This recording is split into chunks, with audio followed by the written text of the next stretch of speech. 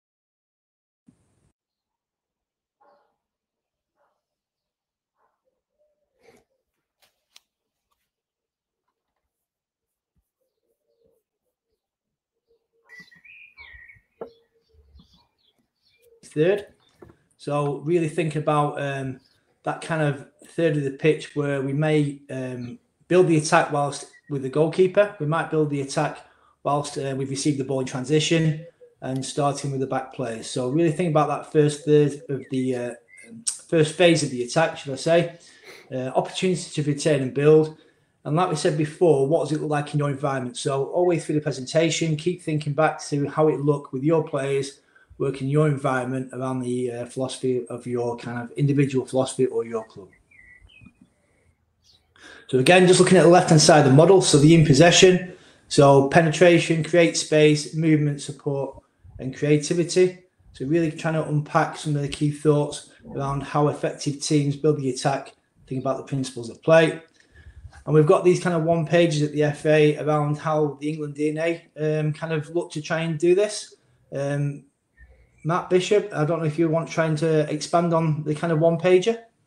I think these are just the phase models the national teams work off, and what they're looking at is some commonality in language that runs through all the squads. So it's something we principally introduced throughout the qualification, and it's just a way to simply unpick it. Now, obviously, some of the terminology might be different at your club, but certainly from an England DNA perspective, they're quite clear about what it looks like under 16s and what it looks like at the senior level, and there's that consistency across the board. And I think it gives real good clarity, doesn't it, around, you know, what exactly you want in that kind of moment of the game. So, you know, when the keeper's in possession of the ball and you're looking at all the different options to link in with the principles of play around the created space and the support and the movement, it's been really clear about what it is you want to try and achieve, and then how we can design practice off the back of it to make sure the players are learning. I'm just sorry. I'm just saying, and there's common language there, you know. So they talk about playing around, playing through, playing beyond, playing into, but also how they break lines and also occupy the 5 lanes there. So I suppose the most important thing is that simplicity. You know, I think what tends to happen quite often is that people overcomplicate the models that they go after. It becomes very complicated for players, and actually what you've got to do is you've got to keep it really simple, work logically, and then be consistent with the information you give and the language you use. Yeah, and you know, just drawing your eyes to the top of the screen, really, around the read and react to their pressing strategy. So really thinking about what maybe the opposition are trying to pose a problem with, and then coming up with the creative solution to try and break the lines of the opposition. So really thinking about that, and we'll kind of move on to that later on. We'll start discussing the practice, what Jimmy and myself did in the UEFA A. Jimmy, any thoughts on the model yourself? Really, what Bish has said, you know, it's I think it's quite self-explanatory, but equally, I'd pick up on the language. I think it's really important that, you know, when the younger players come into the building at St George's Park, we talk about the DNA, but the language is the same as well. So they'll hear the same things about around, through, onto, into, and beyond. And there's no one then turns around on a football pitch looking as if they don't know what's happening. So I think that's vitally important. And as you go through your philosophy at your club and you start to get a common language, I think that's really important for all the players. Yeah, and just to try and really draw your attention to the numbers at the bottom, you know, that's part of the team principles around how they utilise space. So in possession, occupying the 5 lanes in possession. Obviously, the attacking principle will be creating space. So different ways they kind of phrase language to try and get them to think about the actual game plan. So yeah, great. And important thing there, Stu, is that about making a pitch as big as they possibly can, both width-wise and also length-wise. So how you go about doing it is really important. And obviously, as you just alluded to, the 5 lanes there is again a simple way for players to understand that, you know, in possession we must occupy those 5 lanes. You know, so simplicity is probably the crucial bit. Great. It's also, Stu, sorry, just to pick up again on with that 5 lane situation, when you're showing a visual to players, you know, if you just talk to them about occupy, so for instance, you know, whatever name it may be, you occupy lane 1, you occupy lane 5 when we got the ball, don't come out of those lanes, stay in there. That will help us make the pitch as big as possible. Equally, there'll be some, you know, again, we're not talking always about England. There'll be some clubs and there'll be some teams that will actually not only just occupy 5 lanes, they'll have thirds as well.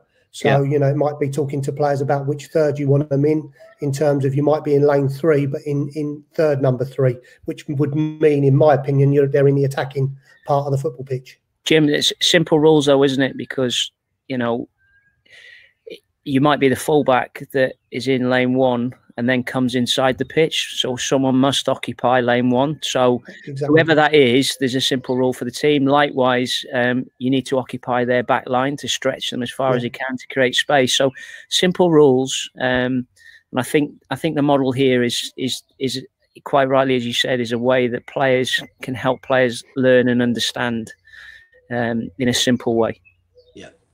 Yeah, perfect. And just to kind of build upon that, we've got a little bit of footage around Man City versus Liverpool in the Community Shield from this year. I just want to try and highlight this because obviously they're very innovative around creating or building attacks from in transition, but also from the goalkeeper as well, and the different ways they maybe do it to try and bring on the opposition to try and break lines. So we've got a little bit of video to come. Please feel free to let me... Can I just highlight there, just before you play this, and again, another important thing through the clips, again, we sometimes think that build the attack always starts from the goalkeeper, but you'll see from the clips, as you've just alluded to there, that it'll also be from transition as well. So there'll be a turnover possession, and it starts from this point. So it's not always from a restart from the goalkeeper or goal kick. You'll see examples of this where it's through transition. Yeah, and I think it's a really important point when we start to come on to the design of practice. That really kind of links in really well around transferring it from the game into your sessions.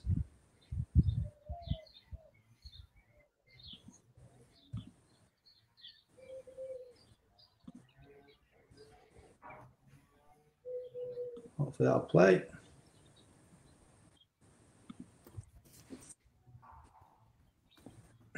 So again, just think about maybe the one page, what we've just seen, and maybe some of the principles, what the players are starting to think about in possession of the ball.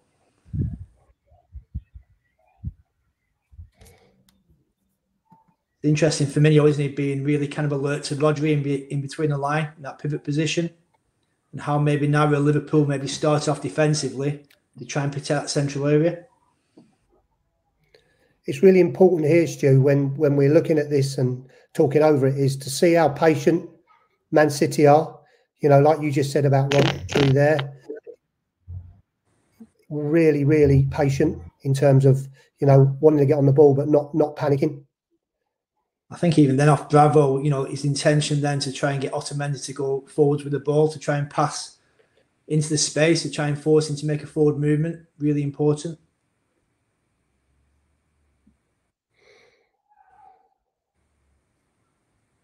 And I think it'll rerun again in a second, Jimmy, a little bit slower, so we can maybe just unpack it a bit further. Yeah. So transition to the ball. I suppose Bravo then coming high and maybe not moving the ball too quickly allows maybe Man City to try and get in their kind of default position to try and create space. Absolutely. So it's interesting if sorry, Stu, if you look at the way look at the fire of play. And the creativity to start with, I think, is really important because they're creating in the 5 or 6 passes. So if we just have a look at this, let's just see and play it out and watch Man City's movement and the support. So all the principles of play come into action really quite quickly, Stu. Yeah, I just want to kind of reference occupying the 5 lanes, but when you look at De Bruyne at the bottom half of the pitch, you're making a forward movement to try and work off Henderson's shoulders, to try and open the space up. Exactly what you were saying there, Jimmy, about creating the space. Yeah. So Firmino looking constantly where Rodri is, in between the lines. Liverpool maybe narrowing off, centrally certainly, to try and maybe encourage the ball into wide areas, would you say, from there? I think so. I think Man City actually want Liverpool to come onto them. Yes, I think they've purposely actually stopped and put their foot on the ball, which we don't see very often. But I believe there's a real way that they want to play against Liverpool and say, right, once we break that first line, because we all know that Liverpool's a great pressing team. I think if you break Liverpool's first line, you've got a real opportunity to build the attack. And I think Man City do this really well. So you've got a goalkeeper who's very calm, good with his feet, wants to play out, and is always aware and scanning and knows what pictures to pick up. So just going back on that previous point, Jimmy, around the putting the foot on the ball and pausing, you know, what they're trying to do, in effect, Man City there to Liverpool, what's the purpose of that?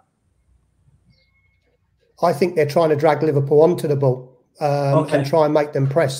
So in a way, Liverpool, if you without back and forwards in the video, the first thing were Liverpool was stood off, and they actually didn't look like they wanted to go and press.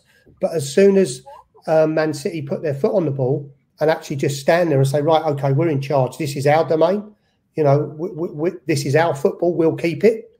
Now, all of a sudden, Liverpool break, and then as soon as they break, Man City have got them, in my opinion, with the way they then want to build the attack. So they're trying to track them in to try and create space in behind to try and break the line with the next pass. Absolutely. It's that game of cat and mouse, isn't it?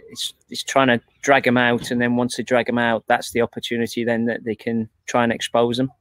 And I suppose we can't see it here, but you're thinking that the forward line for Man City are really trying to occupy Liverpool's back line by trying to stretch as much as they can. I know that Liverpool like to try and keep a high line with the back unit, but that's, you know, creating space as a team, really important to try and get a little bit of space to try and receive, to try and go forwards. So I think this is a fantastic pass, you know, and what a great run from Jesus. And you'd have to say, what in that first bit of the clip that we're watching, everything's looking at the back line and the goalkeeper and the midfield. You said, Stu, what's the front line doing? So they've got to keep making runs. They've got to keep the opposition defenders occupied. They've got to keep them on their toes. If the Man City players are just standing there as spectators, then Man City have got no out. But Bravo at that point knows he's got an out because Jesus has already made that run.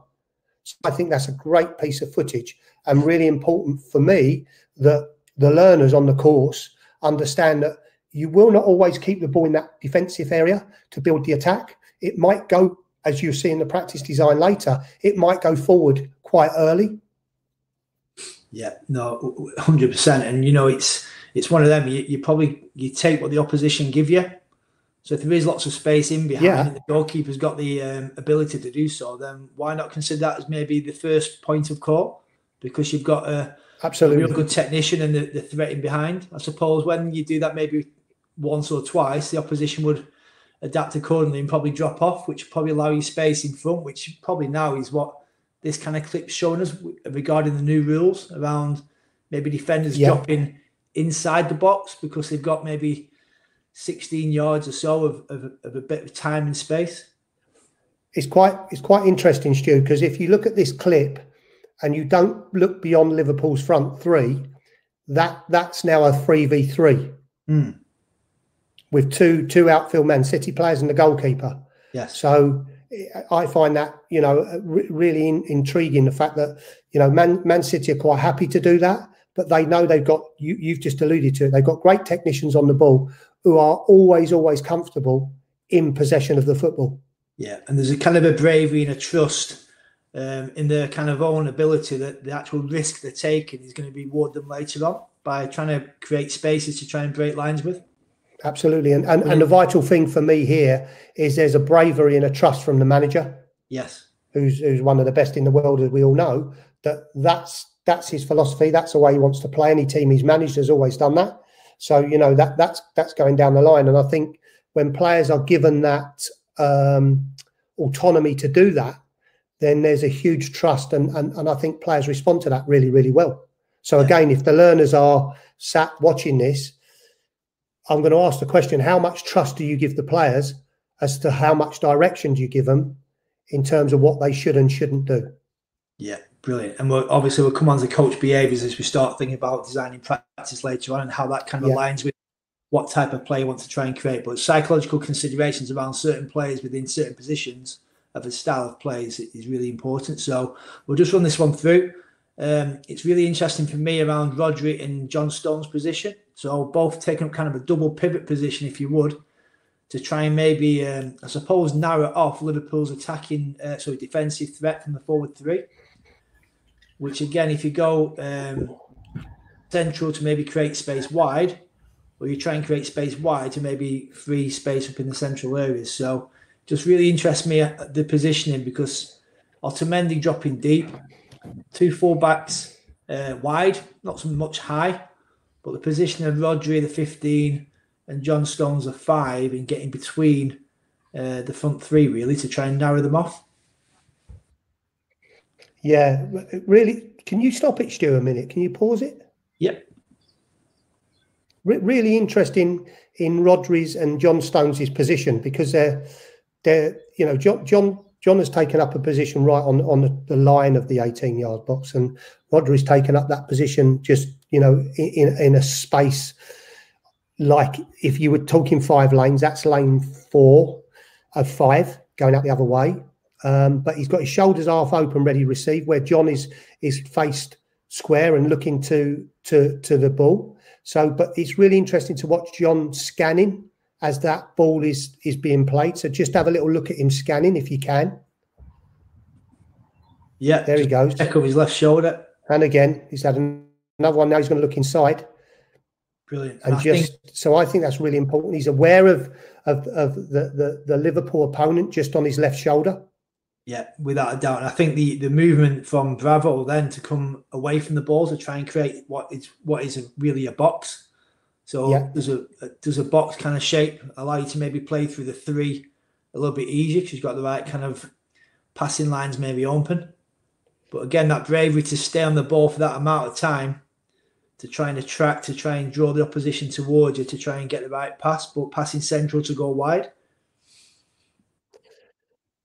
Really interesting what you said about the force being wide, but not so high. And I think that passage of play shows why they do that, because at that point, Rodri's now got Salah shutting him down, but it's basically a square pass to, you know, the fullback in order to play out, and then they're through.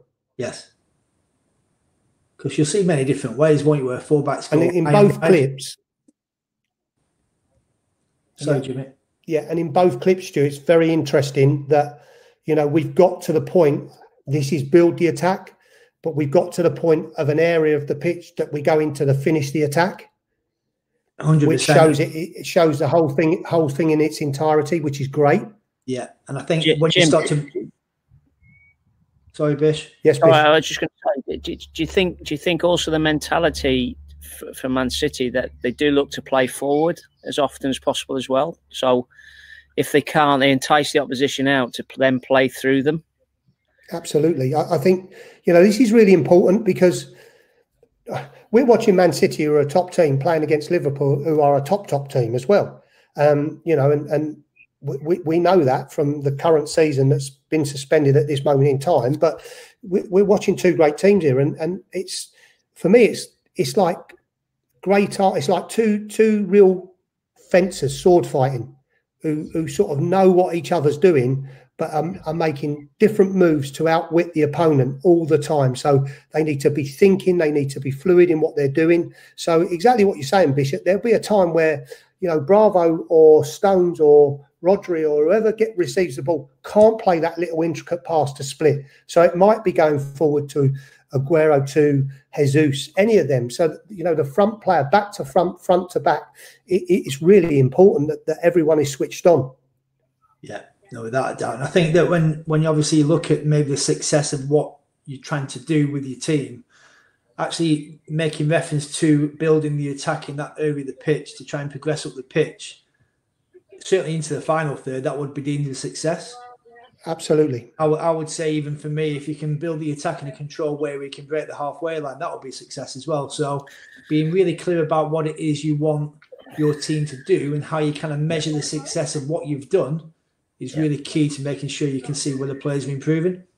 And I think there's the decision: do we play forward and as you've seen there in the clips, we finish off with an attack, or do we look to retain it? So when do you build and retain, and when do you play forward and through the lines, kind of thing? So I think it's just having that decision, but all the way through. If we refer back to the first model that we saw about the 5 lanes and how big they make the pitch, you know, that's probably a real important one. The shape of the midfield, where the fullbacks are, how the back line, how the forwards are sort of threatening the back line to make the spaces in between. So I suppose it's how you try and disrupt the opposition's shape, defensive shape, you know. And I think, Jim, you alluded to it at the start, that Liverpool are very compact and narrow and don't let teams play through them.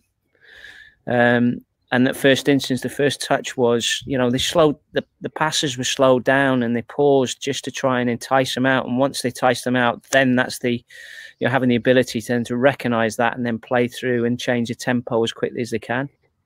Yeah, absolutely, Bish. I think what we've been talking about as well here is that, and we'll always say it, that the build the attack is not a lonesome thing. It goes into other parts of the game. Like we've already said, that you end up finishing the attack or having a chance to finish the attack. And it's a little bit like we do sometimes. So what? What now? So you've done the so what, but what now? What comes after that? So when you're thinking about practice design, and Stu's going to explain this sort of diamond diagram now in a minute, that is the so what now situation. Yeah, and I think it kind of leads on perfectly to the coach planning reflective model around recognizing we can be really planned for these things. So really being specific around what we want to try and go after in practice really informs how we can design practice and how we can manage our coach behaviours on the side of the pitch to try and engage the players. So just going through this kind of diamond diagram is at the bottom end of it, you've got kind of a continuum. So at the left-hand side, you've got the goals. So what is it you want the players to learn? On the opposite side of the model, you've got the outcomes. So over a period of time, how do you measure whether the players are actually getting better at what you want them to do? And the kind of continuum could be a week, could be a fortnight, could be a month, could be months, or it could be seasons. So it's just really identifying over one experience around not chasing too many intended outcomes, but being really specific around what the players need, and then making sure we design a practice on the back of that to make it really come to life. So this is how it kind of works. And obviously we'll try and bring this to life around our UEFA practice, Jimmy. It'd be really good to get your thoughts, because I know you've done this this session a lot of time with obviously players at a previous club. Yeah, it'd be really interesting to, and we'll go on to some future slides around the intended outcome, what we want to achieve, and then we'll then go and unpack the practice design and why we've designed what we've designed. But then we started to touch upon the manager, the coach, recognising how he's got to behave in terms of bringing some of these things to life. And then we'll try and describe as well around how we kind of maintain the motivation and the engagement of the players within the practice. And it's an interconnecting diagram. And usually if one thing's not quite right, so whether you're trying to chase too many outcomes in one session, or you kind of design a practice isn't quite right, or maybe your coach behaviour is done match and mirror what it is you want to try and achieve, then that can sometimes lead to maybe not as much clarity as what we're trying to get. So we'll go through the practice, if that's okay, Jimmy, around the intended outcomes you want to achieve. And I know we've kind of demonstrated these on some slides. So just be really good to get your thoughts around your considerations, really, and some detail. So, yeah, absolutely, Stu. So when I was designing this and looking at it, I'm thinking, there's a wider area here to build the attack, which is what the big circle is. And for me, ironically, the Man City clip shows that when they play that long ball in behind the two on the clip to Jesus. But I wanted to start with the goalkeeper, who's an integral part. So, Bish has already alluded to the fact that not everything starts with a goalkeeper. So this could be a turnover of play. This could be a goal kick, etc., etc. You can start it from anywhere. But Jim, just on that one then. So when you two were thinking about putting this practice together, how much does that come into your thoughts about getting that realism in the practice and different start positions and different pitches for the players? Because again, I see it quite often that it always starts with the goalkeeper and it's always starting from a goal kick. So how important is that for you? And how much does that come into your thought process when you're designing these practices? Well, I think from my point of view, Bish, I think it's hugely important, because you've got, if all you're ever doing is starting from a goalkeeper point of view, it's a goalkeeper's point of view you're building an attack from. Yeah. If you go to the side on this diagram and start from the left back as such, the three, and you started with a throw-in, he or she's going to be the person who's going to start to build the attack sequence. Yeah. If you go into that they've had a corner, you're going to be defending a box. You know, you're going to be in a situation where you're picking up, you're looking to defend, whether that's zonal or man-to-man, and what does it look like from there? What does it look like when the 6 gets up and heads the ball away and it drops down to the 4? So absolutely, Bish, you can't take something as a singular thing. The game's fluid, and we understand and realise that, or we must understand and realise that. So on the transition, when your team ends up winning the ball back, what is it you want to do? So is it you want to retain first to build the attack? Yeah. Is it you want to retain to just in any form? I think as soon as you retain, you're going to then start building. Yeah. You know, you're going to retain, and even if you. It's like the footage we saw, didn't we, with Man City, where they were retaining to try and entice Liverpool out of their shape to then expose. Yeah. So for me, you know, these diagrams will look at it from the goalkeeper. Yeah. But it's very important that we look away from the goalkeeper as well, and we look where else the build the attack will come from. So, you know, when you are designing practices, what does it look like and how does it look? So I go back to the big circle again, Bish, and I could put a number of different practice designs within that circle in order to build the attack.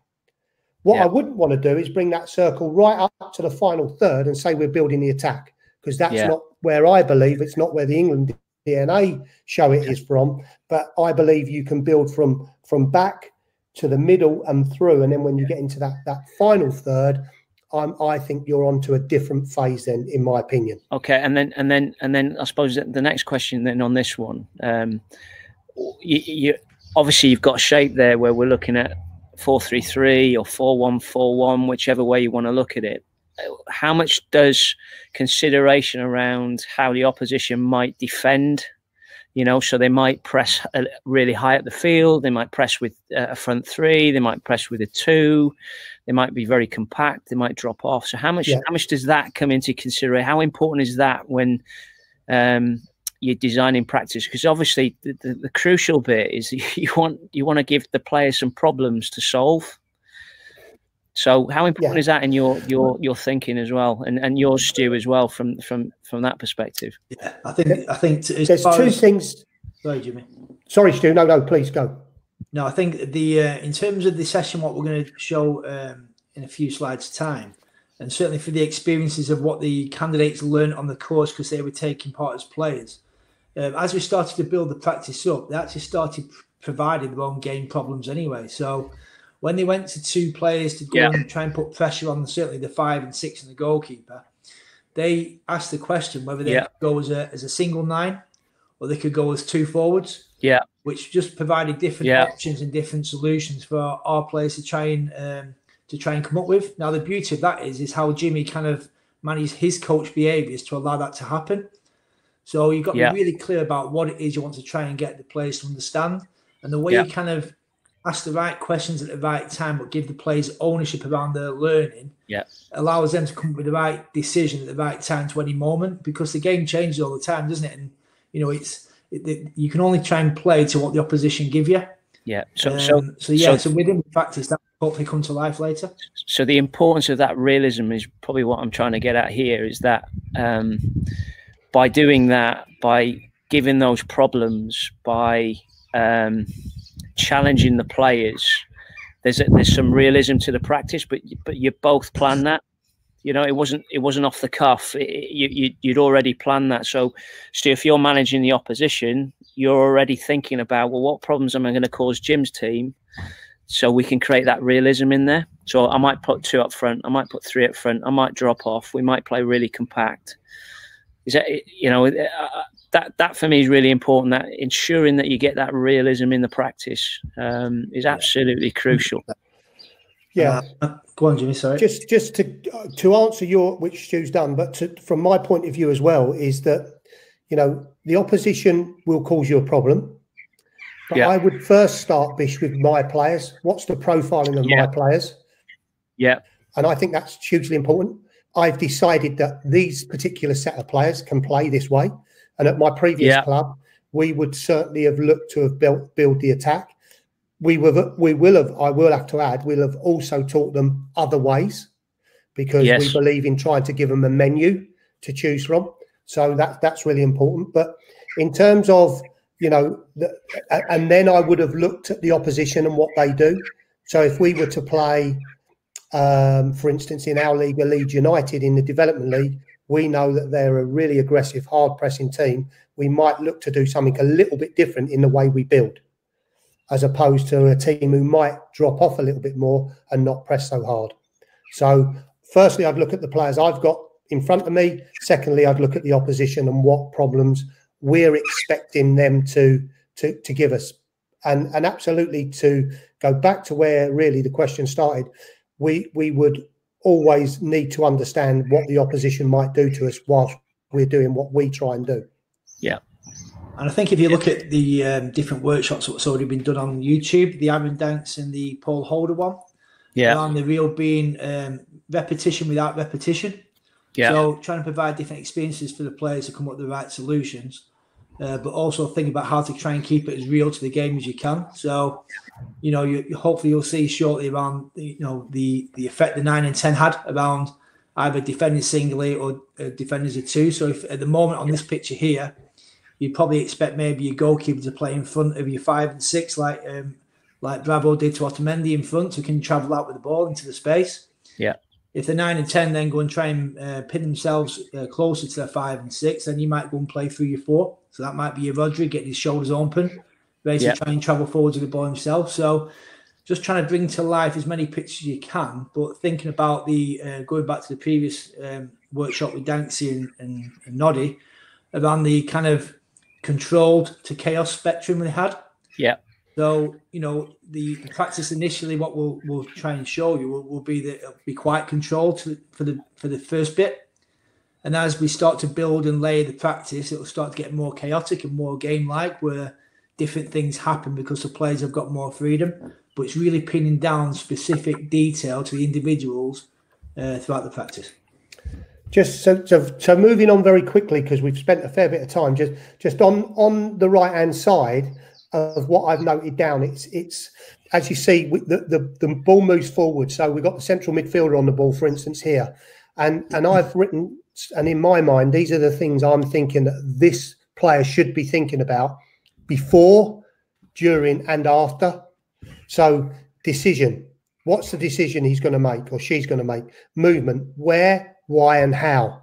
It's got to be in relation to the football, because it's really important that that they're in line with what's going on. Receiving the ball. How do they receive? Shoulders open, shoulders closed. No touch turn, one touch turn. Back foot, front foot. Why? And then the decision is, once you've received the ball, are you passing with the ball? Are you going to run with the ball? You're going to dribble. And whilst all these things are going on, I'm expecting this person who's receiving the ball to have an awareness about them, what's around them, how can they go forward, what does it look like, the vision maybe to see a runner who's gone early, like a Jesus. And once they do that, what type of pass are they going to play? Are they going to punch the ball into their teammate? Are they going to leave it, like fade it in, as we call it? Or is it going to be a Paul Scholes, an exocet missile, a driven pass? What's the execution like? And these are the questions that I would be looking at and asking my players. And it goes really from back to front again, from the goalkeeper. A lot of the same things crop up each time. As we progress so again, you've got your centre forward.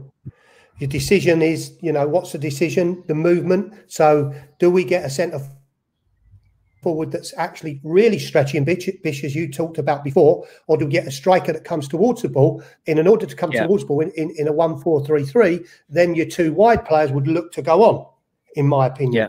So the striker comes towards the ball, two wide players go on.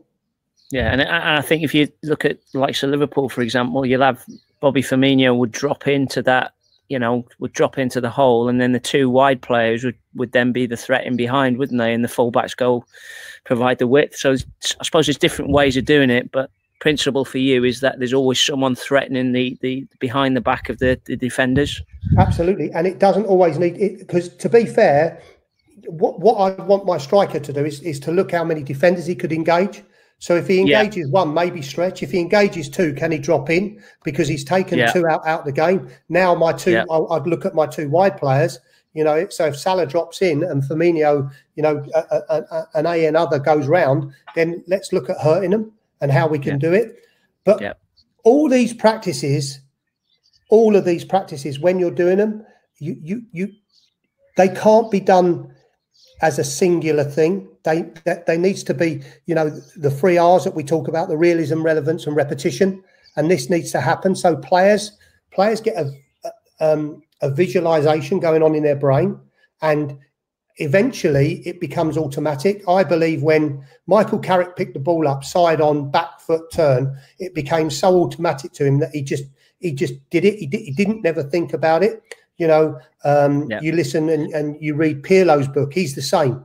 You know, it became an automatic thing for him. Yeah. Do you think then, and then the importance of other players reading that and understanding that happening, and the body language and the cues and how they're shaping up? Well, you've just said the word. Developing those relationships. Yeah, you've just said the word. It's the cues, and we'll add another word to that: the cues and triggers. Yeah, absolutely. Yeah. So if Carrick gets the ball, you know, what's the front three doing? Yeah, because there'll be space behind. Is it that we get that situation where the centre forward drops, the other two are going wide? Is it the two wide players come inside off the centre forward and link up? So for me, I'm thinking absolutely, and you can only do that if you get the practice design right. Yeah. So when you're building this session or the sessions, if the practice design isn't right, it will break down. Yeah. If the practice design is right, it will work, because 11v11. Players can't stop you making movements unless they physically hold you. Then it'll be a free kick. Yeah, and I suppose the principle you're just talking about there is about how you create and exploit space. Yes, you know, so wherever that is. Like we talked about the front line there, but I was just looking at the midfield shape there. So if it went into the 4, for example, and the 4 gets turned, what happens with the 2 8s in front? Yeah. So I suppose that's the crucial thing, isn't it? Is just how you create and exploit that space. Absolutely. And then the last slide I put on here with Stu, really, to just ask the question, is this building the attack? Well, to some teams and some philosophies and some DNAs, this 100% is building the attack. Yeah, correct. It's what now? But it's what the opposition give you as well, isn't it? So if the opposition give you space in behind to exploit, and you've got that as an option, then you take it, don't you? Yeah, it goes back to Jimmy's point as well around, you know, the players at your disposal. If you've got a good 9 who can hold it or flick it, and you've got a keeper who can do it, then why wouldn't you? Yeah, perfect. And then practice design. Sorry, Stu, just going back to that. We've already mentioned it. So, you know, what does it look like? And without harbouring on about it, it's hugely important that this goes on, that you do have realism, relevance, and repetition. Now, having said all this, there will be times when you might have to take one of them out to get something else out of it. Yeah. But you're always going to need the 2 out of the 3, in my opinion. So if you took the realism out of it, because you might be doing some stuff with mannequin work, you still need the relevance and repetition of why you're doing it. Yeah. Just to explain that, Bish, from my point of view anyway. Yeah. Because there will be times where you might not have enough players to do what you want to do. Yeah. So how do you get the relevance and repetition? Well, with one player, a goalkeeper, and one player, or just one player as a striker, I could still get some relevance of him holding the ball up, and I could do it 20 times, and he'll get repetition. Yeah. Now he won't have the realism of someone coming in the back of him and having pressure of players coming and trying to nick the ball off the front of him as well. But and it's that other one, isn't it? That I think Aaron Danks and Paul Holey, you guys will hear this when you walk through that workshop. Talks about structure, a structured start, being more structured, or having chaos in there. So having that ability to maybe not manufacture but structure it in such a way that you're creating these pitches for the players, and then allowing it to go further down the spectrum where there's chaos, and it's embracing the mess that comes along with that. But you're clear about the pictures you want to see, and having the patience that the players will eventually will work it out, but under your guidance. Yeah, and that kind of brings us perfectly onto this, Bishop, on being really clear about what you want to see. So being clear for the players, but also being clear for us as coaches. So I think we've kind of alluded to quite a lot of the model. So I think if we move on to maybe the practice, we can maybe bring it to life and maybe reflect upon it at the very end. But, you know, really simple, but saying really simple, really complicated, but really simple kind of messages, what really kind of unpack what it is we want to try and look at. So being really specific around the players we want to try and work with, certainly about the outcomes we want the individuals to go with, the detail we want them to go away with. But we wanted to try and demonstrate on the course around a squad practice. So we'll show some examples in the coming slides and video footage. But we wanted all 22 players on the pitch with as many coaching staff as possible supporting the players to try and give them that kind of personal kind of connection and give some information what's going to be really relevant for them. So I think when we show the footage shortly, and this is kind of an example of the practices we did around a small number of practices on the left-hand side, which Jimmy and myself did, with the other two coaches working with larger numbers. And as we build through the number of practices, the practices what Jimmy and myself did grow, and the other session kind of reduce in numbers until we got to the 11v11 game. And I suppose this is kind of the kind of thoughts around why we did what we did. So Jim, I don't know if you want to talk through the idea of the practice. Yeah, the idea of the practice is literally getting the back three, and I'm including the goalkeeper in this, used to playing out and looking to build in a number of ways, really. So you've got an opposition number 9. The two mannequins are there for my two defenders and my goalkeeper to hit if need be. That would, in a success indicator on this, would be that they hit the mannequin. Now, if they didn't hit the mannequin, sorry, Jim, can I ask a question just on that one? Why mannequins and not small goals? It could have been equally. The mannequin would represent, in a way, a stature of a player. They're actually hitting a player. Small goal is a little bit wider. So, you know, for me, sometimes it's a little detail of making sure that they punch the pass into the mannequin. Yeah, brilliant. Because one of the challenges you have with a small goal is that it kills the practice off, doesn't it? You play it into the goal and it's dead. Whereas off the mannequin, you know, there's a target and it can bounce off and you can react off that as well. Well, on that, Bish, what we did on this particular session, and Stu, please tell me if I'm right on this again, is that if my 5 or 6 drove in and actually missed the mannequin, Matt Portis, who was working with us, myself and Stu at that time, would then roll a ball in to the 9, for the 9 to go and have a shot. So not only that, you'd get a defensive element on transition, but then they would have to recover quickly and defend. So, you know, as much as I'm working on build the attack, I don't want them to forget the principles of what they're doing as well defensively. So you know, putting them under a bit of pressure there, Jim. Putting them under a bit of pressure there, Jim, by hitting the target, hitting the mannequin. You know, you got to punch it in. There's got to be quality in the pass that you're playing in there. It's not just a roll in. Come on, punch it in. And if you don't, there's going to be a consequence to that. So putting the players under a little bit of pressure, really. I also, on this session, I talked to the 5 and 6. I remember it clearly in the A license with the lad from Bournemouth, the goalkeeping coach from Bournemouth was in goal for me, and he was great. And I had 2 lads who did really well for me as centre half. But how can they outwit? How can they deceive the number 9? So if they just stay static and stand still, I think the number 9 can sort of make it quite obvious about how he's going to show, where he's going to show. But if the 5, for instance, on this little bit, came and literally took the ball off the goalkeeper, and he rolled it, he puts his foot on it, he can punch it straight out to the 6. How does the 9 react to that? Equally, if the 9 comes straight across to the 5, if the goalkeeper plays to the 5 bounces it back out to the goalkeeper and we go out through the 6. Equally, again, there's another one that if the goalkeeper plays a decent pass to the 5, can the 5 drive?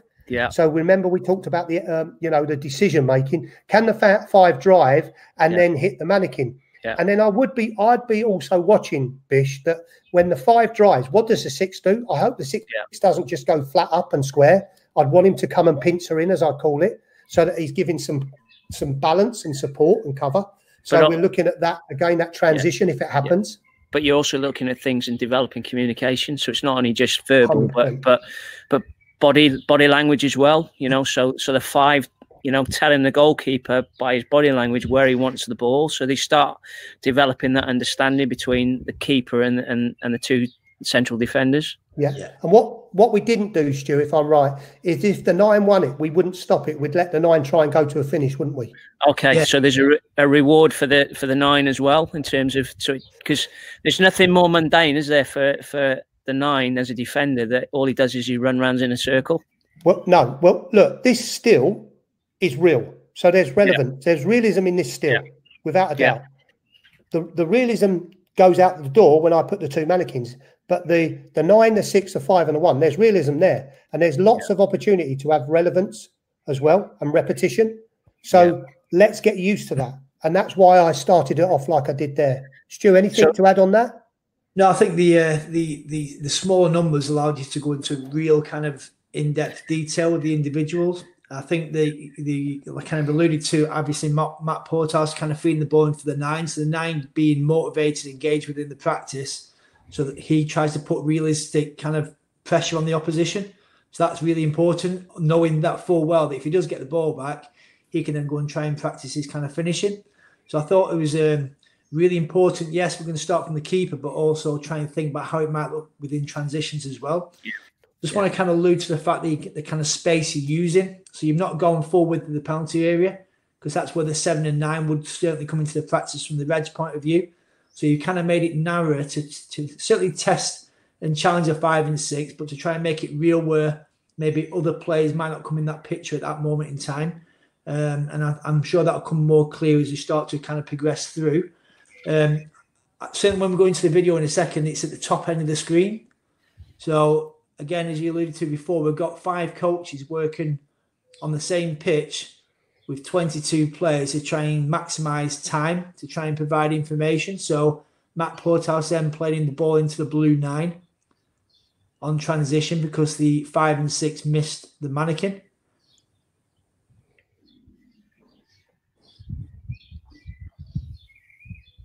And again, you might also say, well, why do the 5 and 6 maybe not go and stand near the mannequin and maybe allow the keeper to maybe break the line with a pass?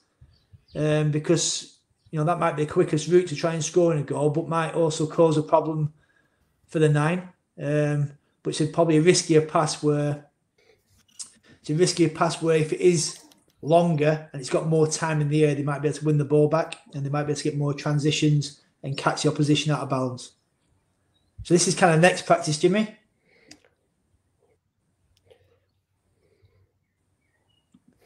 So this is next practice. So what kind of layering the kind of numbers up.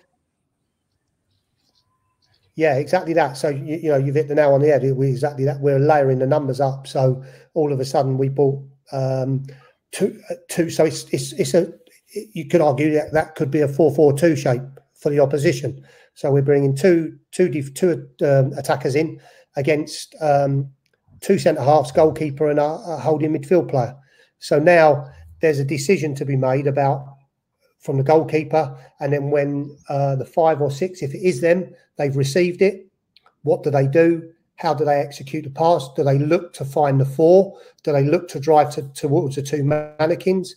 What comes next? But equally, like we saw in the video of the Man City with Bravo, does he look to find the 4 first? If he can find the 4 first, then he's broken the line of the 2 strikers, and then we're out. So in this particular session that we did up at St George's Park, I'm looking at the 4 in terms of his or her movement, body shape to receive, scanning, also communication.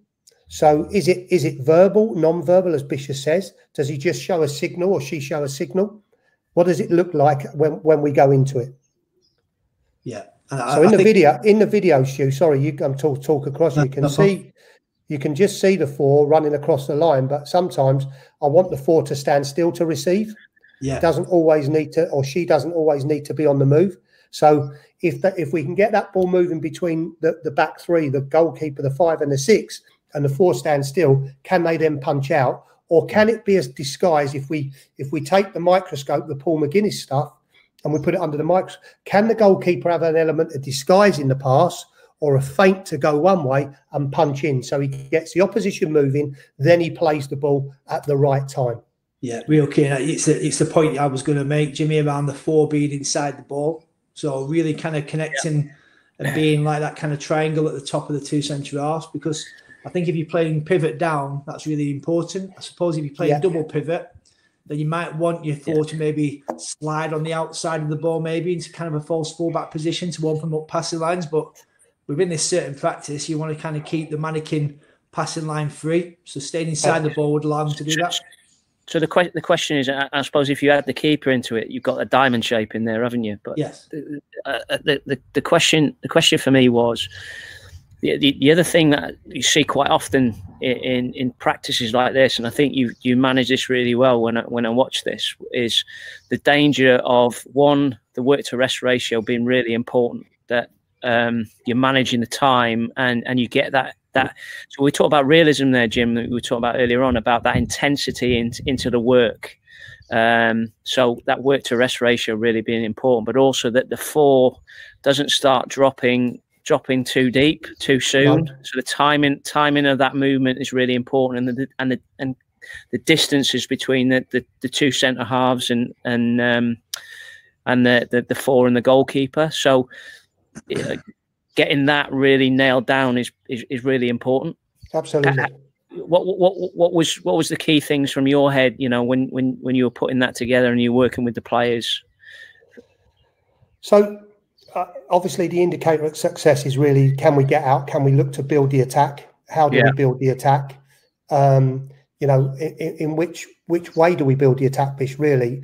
And looking at that, the video's stopped now, and rightly so. But if we're playing with a 2 centre halves and a midfield player, like you're saying, I want them to make decisions. So at times, again, I want to give the players autonomy. Is it right to drive? Is it not right to drive? And I think, again, if we go on the diamond diagram, Stu, the coach behaviour there is really important. So I remember this session really well. At times I would my voice and my tonality would go up in terms of an intensity that I wanted from the players. So if the 5, for instance, received it, turned out, but he's got the striker shutting him down, and he passes the ball slowly back to the goalkeeper, I'll tell him that I want it done quicker. I need it punched in quicker. And then I'll ask him why I might need it punched in quicker, because then we can shift the opponent. So when Stu and I was designing this, it was, what does it look like from this defending third? How do we make how do we get realism and relevance into it, but also give them lots of chances to have a go in a short space of time? And I know there'll be people out there that will never use mannequins. I'm a fan of using mannequins when you need to use a mannequin. And for this specific thing, if you look at the video, like Stu's already alluded, there's 22 players on the pitch, all being coached. There's 5 coaches working on that pitch. And I think that's what I call integrated coaching at its best. So everybody is getting something out of it. And what we will do, and as you'll see, and Stu will flick through quicker now, is we will add players, more and more players to our session, that eventually becomes back to an 11v11 again. Yeah. I think your coach behaviours, as you kind of mentioned it, you're certainly encouraging the 4 on receiving the ball in the half turn to really kind of play quickly.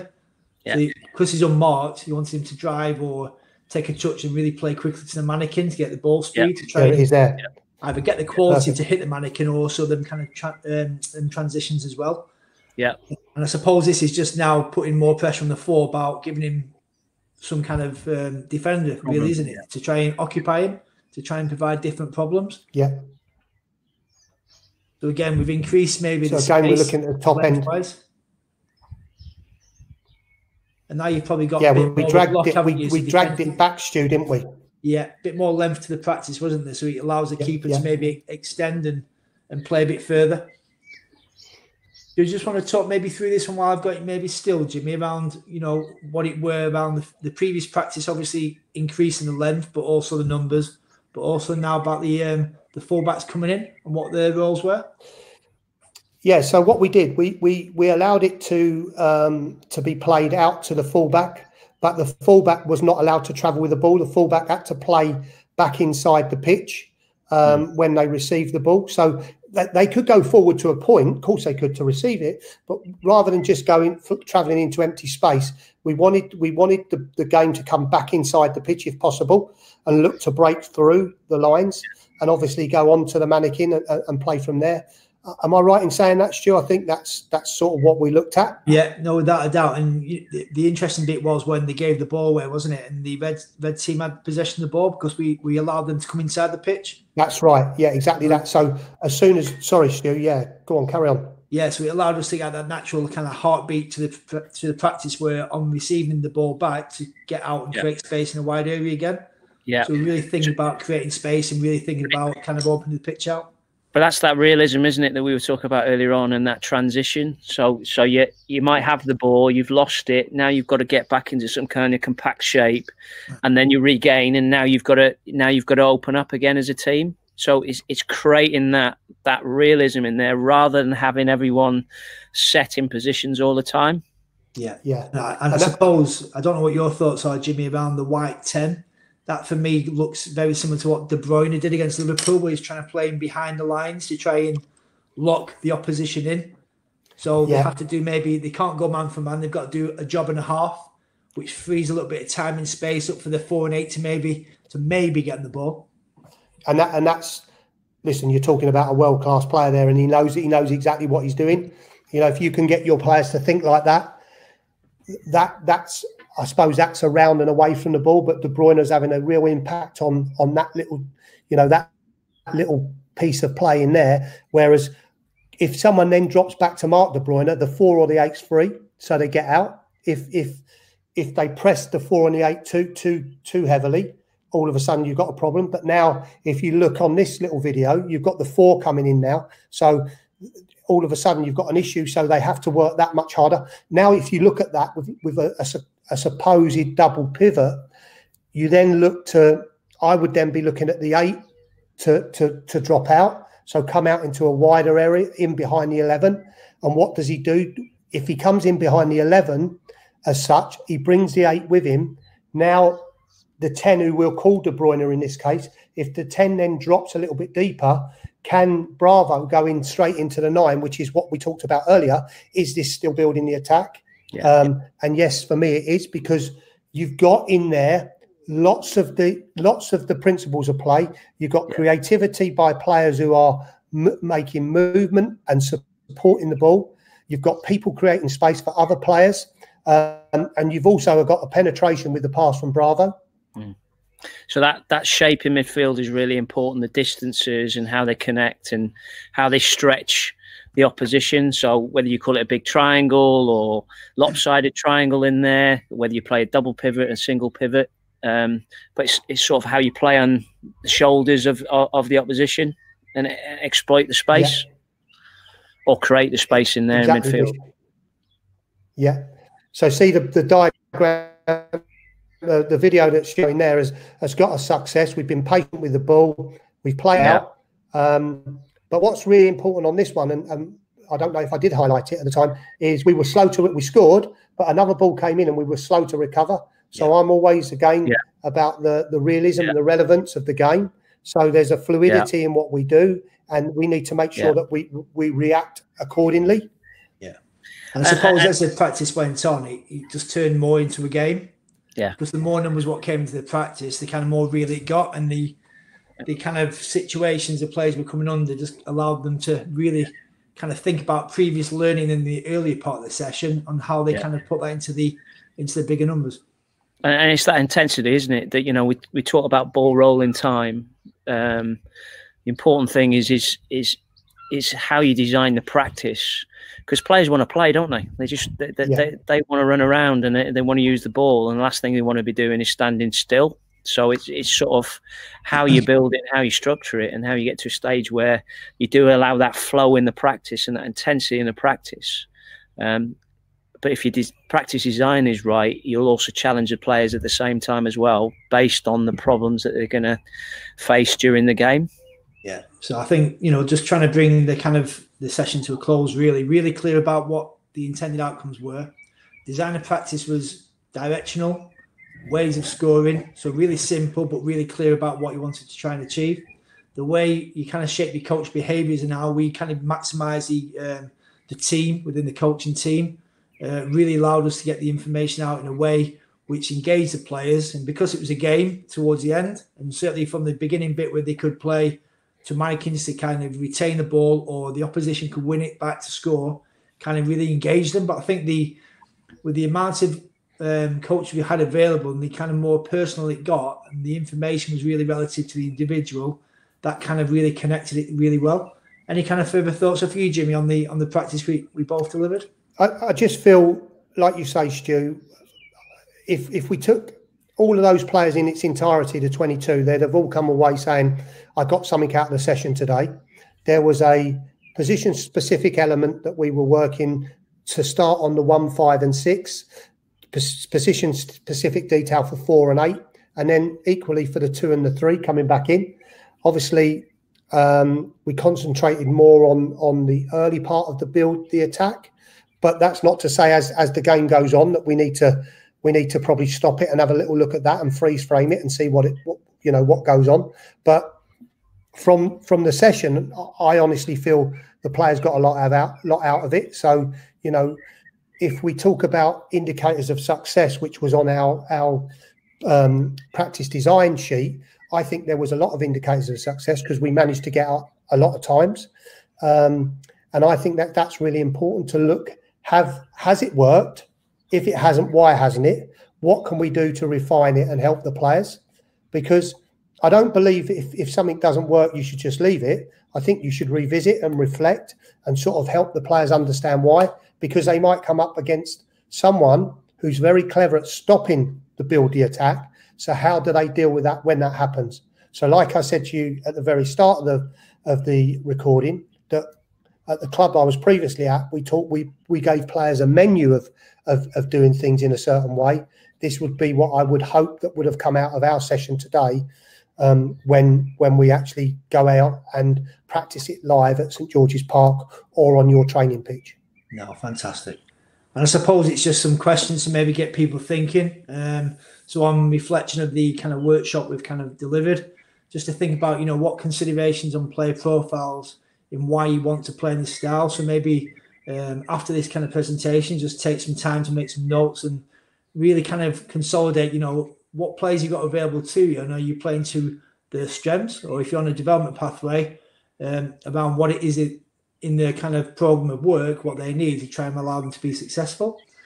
And I suppose, how do you design practice which you consider the psychological development of your players? So we touched upon and talked around it in great detail there around designing practice, but how then can you start thinking about certainly the psychological aspect, but also the physical aspect as well. So how you manage your coach behaviours in line with that is key.